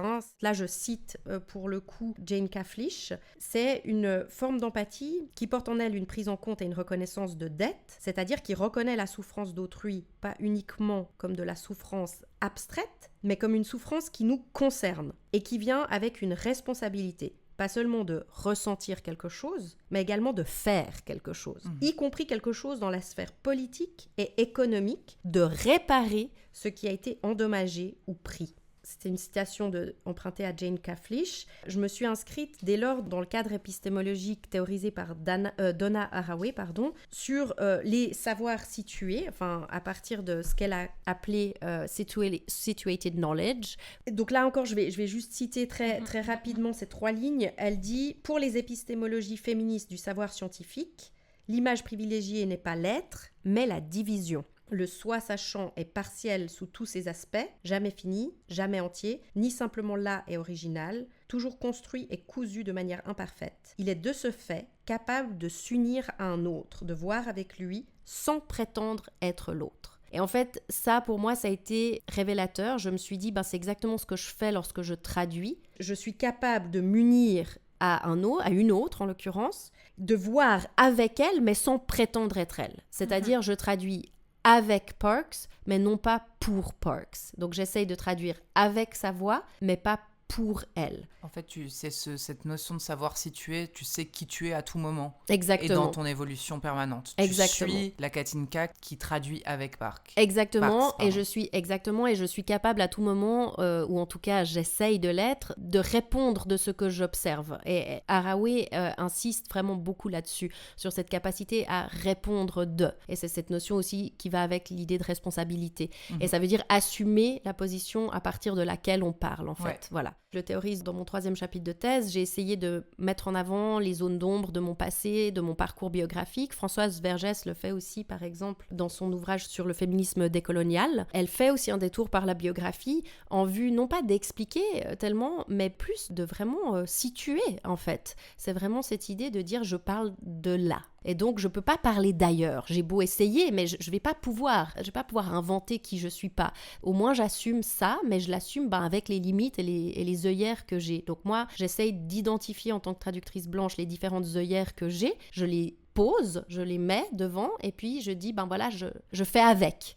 Et j'essaye quand même de faire. Et puis j'essaye quand même de faire, pourquoi ? Parce que je me sens responsable, je me sens endettée, et donc j'ai envie... Effectivement, il y a cette idée de dette, quoi. Est-ce qu'il y a cette idée de réparation ? Oui, parce que tu l'as dit en passant. Oui. Mais... Ouais. Bien sûr, il y a une idée de réparation, c'est évident dans mon cas.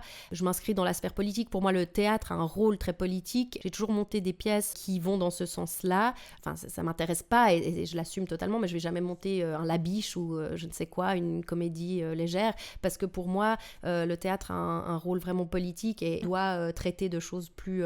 Ça veut pas dire le traiter de manière sérieuse, on peut le traiter de manière très ludique, mais doit traiter de problématiques profondes et complexes, etc. C'est intéressant ce que tu dis. Je ne souhaite en aucun cas trancher d'une manière ou autre, mais juste quand tu parlais, je me disais que ce truc de parler avec l'autre et pas pour l'autre, en fait, c'est quelque chose qui se prête très bien à l'exercice de la traduction, à mon humble avis. Maintenant, moi, je ne suis pas traductrice. Par contre, je consomme de la littérature traduite. Puis, je suis aussi bilingue. Donc, en fait, j'ai ce rapport de ce que c'est, en fait, de changer d'une langue à l'autre et tout ça. Et je trouve ça intéressant parce qu'il y a deux choses. Premièrement, moi, je trouve que quand il y a une œuvre traduite, la dualité, elle est assez claire. Il y a... Je trouve pas de prétention que le traducteur ou traductrice parle pour l'auteur. Ça, d'habitude, on achète le bouquin parce qu'on veut lire l'auteur ou l'autrice. Et après, il y a l'information qui l'a traduit. Et on se dit, ah oui, telle personne. Et puis, je trouve qu'il n'y a pas d'ambiguïté. Et je trouve que ça demande aussi, de la part des lecteurs et lectrices, qu'on lise de manière responsable et informée.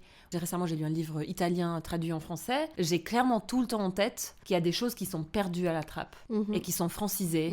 Et en plus, moi, je suis albanaise derrière, donc je trouve qu'il y a une responsabilité chez la traductrice, en l'occurrence. Oui, bien sûr. Mais je trouve qu'il y en a une aussi chez la lectrice. Oui, tout à fait. De savoir qui tu lis, qui l'a traduit. Ça demande cet exercice aussi, je trouve. Ouais. Je me permets aussi d'intervenir et après on te rend la parole, mais il y a ce truc de savoir situer et la façon dont c'est fait, dont tu parles notamment de Vergès, mais tu parles aussi surtout de toi. Je trouve que ce qui est impressionnant, c'est le travail de se regarder en face, de savoir qui on est, de quel est notre passé, etc. Afin de pouvoir légitimer ta place pour pouvoir t'autoriser à parler avec cette autrice Suzanne Laurie Parks. C'est un travail dans le travail. Cela dit, ça a été la partie la plus jouissive pour moi à faire, de loin. C'était de la thérapie en même temps, quoi. Oui. Mais c'est vrai que ça a été la partie presque la plus intéressante. Je me suis aussi appuyée sur un sociologue qui s'appelle Passeron, qui théorise l'idée d'avoir des zones comme ça du savoir, qui sont des zones d'ombre, en fait, dans lesquelles on ne va pas chercher, qu'on évite à tout prix. Bon, ça rejoint la théorie psychanalytique aussi, par ailleurs, de l'inconscient, évidemment. Pour moi, ça a été passionnant de le faire. Ça a été nécessaire, mais passionnant. Voilà. Et du coup, il y avait le troisième point. Donc le troisième point, à partir de Donna Haraway et des savoirs situés, elle, encore une fois, elle est féministe, elle pose un cadre dans lequel je m'inscris, qui est de traduire en féministe. Et là, je me suis aussi appuyée sur toute une cohorte de traductrices, notamment canadiennes, telles que Louise von Flotto, Susan de Lobinière-Harwood, Sherry Simon, etc. Et une Française qui s'appelle Noémie Grunenwald aussi. Noémie Grunenwald, elle dit « Traduire en féministe, c'est se décentrer soi-même pour construire la solidarité. Traduire en féministe, c'est tortiller la langue, l'étirer et l'affiner pour en faire le meilleur usage possible, lui permettre de dire vraiment ce qu'on veut exprimer en évitant les filtres limités et dégradants de l'androlecte. » Trop beau. Voilà. Là-dedans, il y a cette idée de l'androlecte. Je ne sais pas si on veut entrer là-dedans là maintenant. Peut-être pas, voilà. Mais en tout cas, l'idée, c'est que moi, je suis allée tortiller la langue. Et c'est pour ça que le titre de ma thèse, c'est « Faire jazzer la langue française ». C'est parce que l'idée, c'est on va la tortiller, on va en faire autre chose. J'ai mis du temps un petit peu à comprendre comment faire. Parce qu'au début, je tâtonnais beaucoup. J'ai fait une première traduction qui était franchement pas hyper bonne, hein. J'ai fait lire à 2-3 personnes qui m'ont dit écoute, tu n'y es pas, on va pas se mentir. Et là, heureusement, j'ai vraiment eu beaucoup d'aide. J'ai notamment travaillé avec un comédien professionnel. Donc, je remercie publiquement Yannick Coad qui a fait un travail colossal avec moi pour cette traduction parce que on a décidé de travailler ensemble puis de tester vraiment les hypothèses en disant le texte parce que c'est un texte qui doit être dit sur scène, quoi. Ouais. C'est ça, et c'est encore une des spécificités de ce projet, c'est qu'il ne s'agit pas juste de traduire du texte, il s'agit de traduire un texte de théâtre qui va être dit sur scène. Ça implique en fait une série on va dire de contraintes supplémentaires qui sont liées à la scène, qui sont liées à l'oralité, qui sont liées à des questions de rythme, de voix, voilà. Il y a 3 grandes stratégies que j'ai utilisées dans ma traduction pour essayer de rendre un petit peu de cette texture très particulière de Parks. La première, c'est que j'ai utilisé du verlan. Alors ça, c'est tout un débat en soi. On a eu un débat là-dessus. Mais voilà, j'ai utilisé du verlan pour le côté... j'ai théorisé ça sur 100 pages, mais ce n'est pas l'équivalent de l'afro-américain, on est bien d'accord, et je pourrais approfondir la question si besoin, mais il n'empêche que pour certaines, notamment expressions, eh bien, ça s'en approche. C'est, on va dire, pas un équivalent, mais quelque chose qui s'en approche. L'autre stratégie que j'ai employée, c'est les néologismes. Donc, j'ai pour le coup fait un peu comme Parks en anglais. Il y a plein de mots que j'ai inventés. Et troisième stratégie que j'ai employée, c'est j'ai fait des emprunts. Et ça, je l'assume. Je me situe vraiment dans une forme de traduction étrangéisante, comme je l'ai appelé dans mon travail, où j'assume la part étrange du texte, où il y a des mots directement issus de la version originale que je conserve telle quelle. Alors, il y en a qui sont très simples, par exemple le bro. Tu le laisses bro. Du coup, je le laisse, pas systématiquement. J'ai d'autres traductions, mais on le retrouve plein de fois, et puis beaucoup de gens le connaissent. Ou d'autres mots comme, je sais pas, la team, des mots comme ça, très courants. Et puis après, des un petit peu moins courants, certaines fois, mais je les ai quand même gardés tels quels, accompagnés parfois de notes de bas de page, sachant que les notes de bas de page posent encore la question de savoir qu'est-ce qu'on en fait sur scène. Parce que, voilà, à la version imprimée, on peut les lire. À la version, disons, en live, qu'est-ce qu'on en fait, quoi. Voilà. Moi, je voulais parler avec toi de la question économique, qui est quand même très importante, parce que tout ce travail que tu as fait pour te sentir légitime de traduire, après, il y a des choses très concrètes et terre-à-terre dans le monde, c'est qui profite économiquement, qui est un aspect très important de l'appropriation culturelle. Tout à fait. Toi, tu avais aussi un exemple très cool par rapport à Top Dog, Underdog, mais concrètement, tu as traduit la pièce. Si tu te fais publier, tu profites économiquement. Comment tu te situes par rapport à ça ? Alors, j'aime beaucoup le côté concret de la question, merci. Non, c'est des vraies questions et je me les suis posées et je les théorise aussi dans ma thèse. Petite parenthèse, effectivement, Parks dit un des objectifs aussi de Top Dog Underdog, c'est de donner l'opportunité à 2 hommes noirs de travailler et de travailler tout court. Ouais. Donc c'est vraiment, elle le dit. Ouais, c'est classe. Parce que, juste, excuse-moi, la domination, elle est économique. Donc je comprends tout à fait sa démarche à elle de dire en fait, il faut de l'empouvoirment économique, quoi. Oui, non, et puis sachant qu'elle s'inscrit dans un contexte culturel et théâtral, pour le coup, plus précisément aux États-Unis, où il faut quand même savoir, sur les 100 dernières années, l'immense majorité de la production, que ce soit évidemment cinématographique, théâtrale, etc., musicale, a été faite par et pour des personnes blanches. Ouais. Et les rares fois où il y avait des rôles noirs, très souvent étaient interprétés par des personnes noires grimées en blackface. Enfin, il y a eu énormément il y aurait beaucoup à dire aussi là-dessus. Anecdote personnelle récente, j'étais là, tiens, j'ai jamais regardé West Side Story. Je vais voir la bande-annonce de l'original, j'étais là, mais c'est impressionnant, ils avaient tout un cast puertoricain et tout ça, et en fait, ils sont tous en blackface. Ouais. Un ensemble d'acteurs en blackface. Bref, parenthèse fermée. Tout à fait. Ouais. Non, donc ça, c'est... donc c'est quand même le contexte dans lequel elle s'inscrit, et c'est pour ça qu'elle ramène, et j'adore comme elle le fait, parce qu'elle est très subtile en interview, elle ramène très souvent ça dans les interviews sur Top Dog Underdog, puis elle est là, ouais, non, c'est cool, c'est vrai que c'est cool ce que j'ai fait, ouais, ça c'est cool. Bon, mais sinon, un des autres objectifs de la pièce, c'était juste de filer du taf à deux mecs, quoi, à 2 mecs noirs en l'occurrence, quoi. Voilà. Ok. Donc pour revenir à ta question, oui, si ma traduction est publiée, il est vrai que je toucherai quelques francs. Alors cela dit, il faut quand même pas non plus se leurrer, ça serait pas des 1000 et des 100, mais après tout dépend combien d'exemplaires sont vendus, évidemment, mais c'est des sommes qui sont vraiment assez petites. Mais néanmoins, oui, c'est de l'argent, c'est sûr. Alors, 2 choses. 1, dans le cadre de la traduction de théâtre en particulier, il est très courant d'avoir plusieurs traductions de la même œuvre originale, puisque chaque mise en scène est de facto une sorte d'interprétation de toute façon de l'œuvre originale. Donc très souvent, le ou la metteuse en scène de toute façon va s'appuyer sur une traduction, mais en fait va en proposer, lors du passage à la scène et au plateau, va en proposer une sorte de nouvelle version de toute façon. Donc ça, c'est une première chose, qui veut dire que je conçois que ma traduction n'est qu'une version française parmi d'autres du texte original de Parks. Ça, c'est la première chose. Si, et quand bien même un jour ma traduction est publiée, ce qui est de loin pas le cas, eh bien ça n'empêche personne d'en proposer une autre version qui serait aussi publiée. C'est ça que je veux dire. C'est pas comme si le fait que je l'ai fait, dans le cas du théâtre, c'est un petit peu différent. C'est vraiment le fait qu'il y ait une traduction existante n'empêche pas qu'il y en ait une autre qui voit le jour pour une autre mise en scène. Moi, là où j'avais mis un astérix dans mes notes, j'ai vu que tu m'as répondu dans mes notes. Parce que tu disais que c'est une niche dans la niche, la pièce de théâtre traduite. Je comprends que dans le cas d'une mise en scène, c'est toujours une interprétation. Mais je me disais juste que c'est tellement peu traduit, ça existe tellement peu, que si une version existe déjà en librairie, il y a peu de chances qu'il existe une deuxième, tu penses pas ? Et c'est en ça que tu risques, entre guillemets, de piquer le travail d'une traductrice noire afrodescendante. Oui, tout à fait. Alors ça, on est d'accord. Et puis honnêtement, je l'assume, sachant que pour le moment, ma traduction, qui est une traduction quand même, je le rappelle, conjointe, que j'ai pas effectuée seule. Si un jour elle est publiée, il y aura aussi le nom de Yannick sur l'ouvrage. Elle n'est pas publiée pour l'instant. Pour l'instant, personne ne souhaite la publier. Et par ailleurs, et ça pose quand même toute une autre question, tout un autre volet de la réflexion. Moi, j'ai été en contact avec l'agent de Parks, on a échangé beaucoup de mails et j'ai aussi essayé de contacter Parks qui, elle, ne m'a jamais répondu.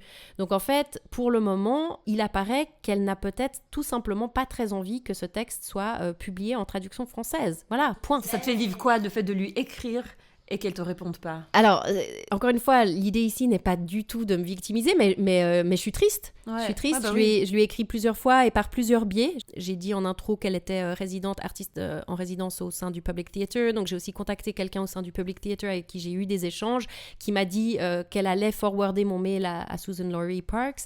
Et je sais qu'elle l'a fait. Et j'ai toujours pas eu de réponse, même par ce biais-là. Donc, en fait, je suis triste et je pense que ça en dit long, en fait. Je pense que son silence est éloquent parce que je lui ai écrit plusieurs fois, à plusieurs reprises sur sur l'année qui s'est écoulée.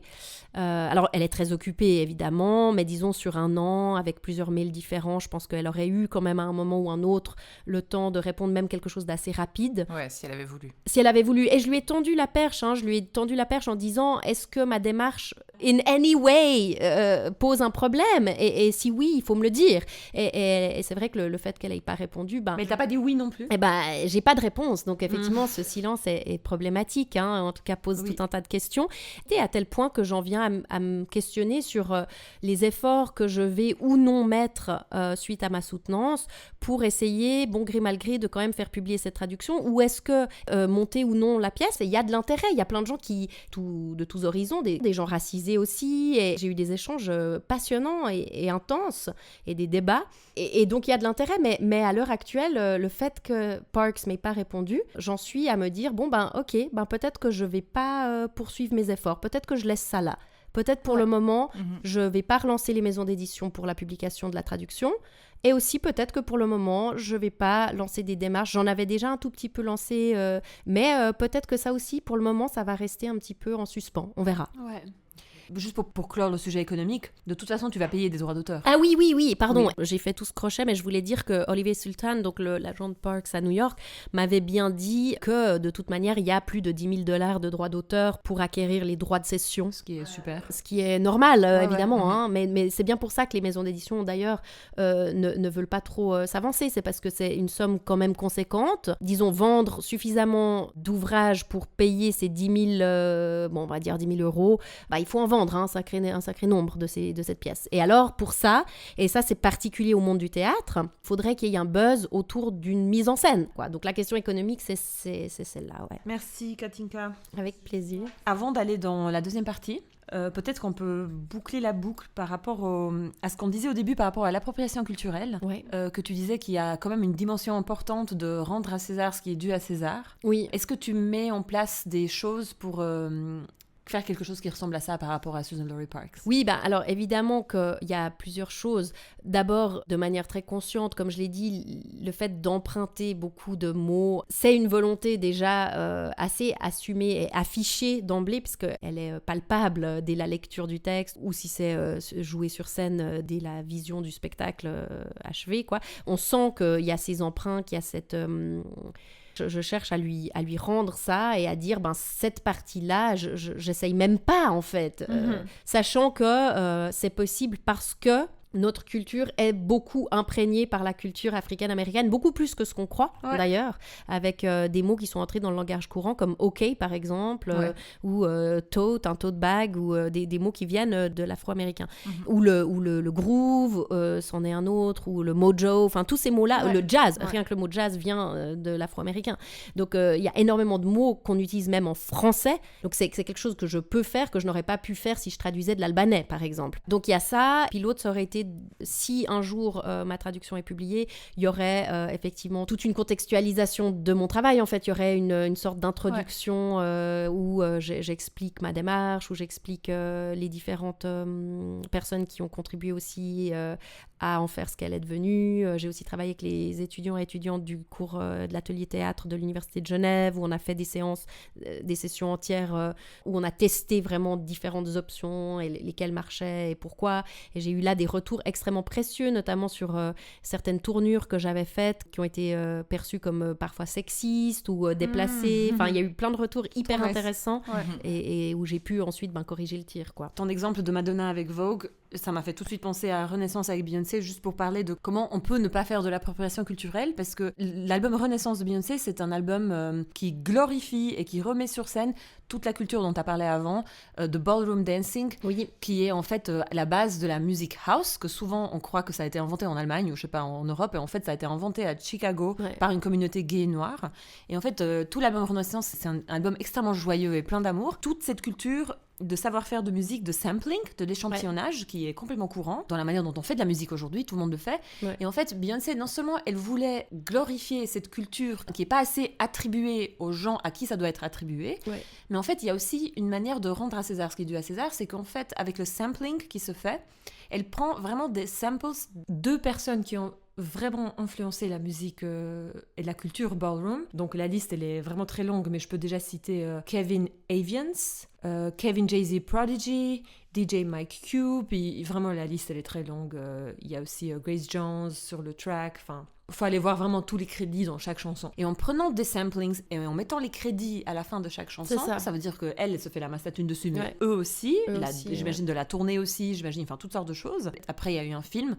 Et même dans le film, il y a ces gens-là qui, pas tous, hein, mais qui apparaissent. Soit en entretien derrière, soit sur scène. J'ai oublié là les détails parce qu'elle ne l'a pas mis sur streaming. Mais en fait, on voit vraiment beaucoup de ces gens-là qui sont encore vivants, qui ont aujourd'hui peut-être des fois la cinquantaine, la soixantaine. Et après, avec cet album-là, elle a battu le record de l'artiste qui a gagné le plus de Grammys dans l'histoire, femme ou homme, enfin c'est avec ça. Quand elle a gagné, elle a vraiment pris du temps pour dire merci à la communauté queer d'avoir inventé le genre de musique en fait. Grammys, il n'y a rien de plus institué, rien de plus mainstream, mais vraiment de venir le dire. Donc merci à vous d'avoir inventé le genre. En fait. Bah, c'est exactement ça. Merci beaucoup Lirza, parce que je trouve que ton exemple il est hyper parlant. C'est vraiment cette idée de visibiliser et de crédit. C'est on donne du crédit à la personne et on visibilise, quoi.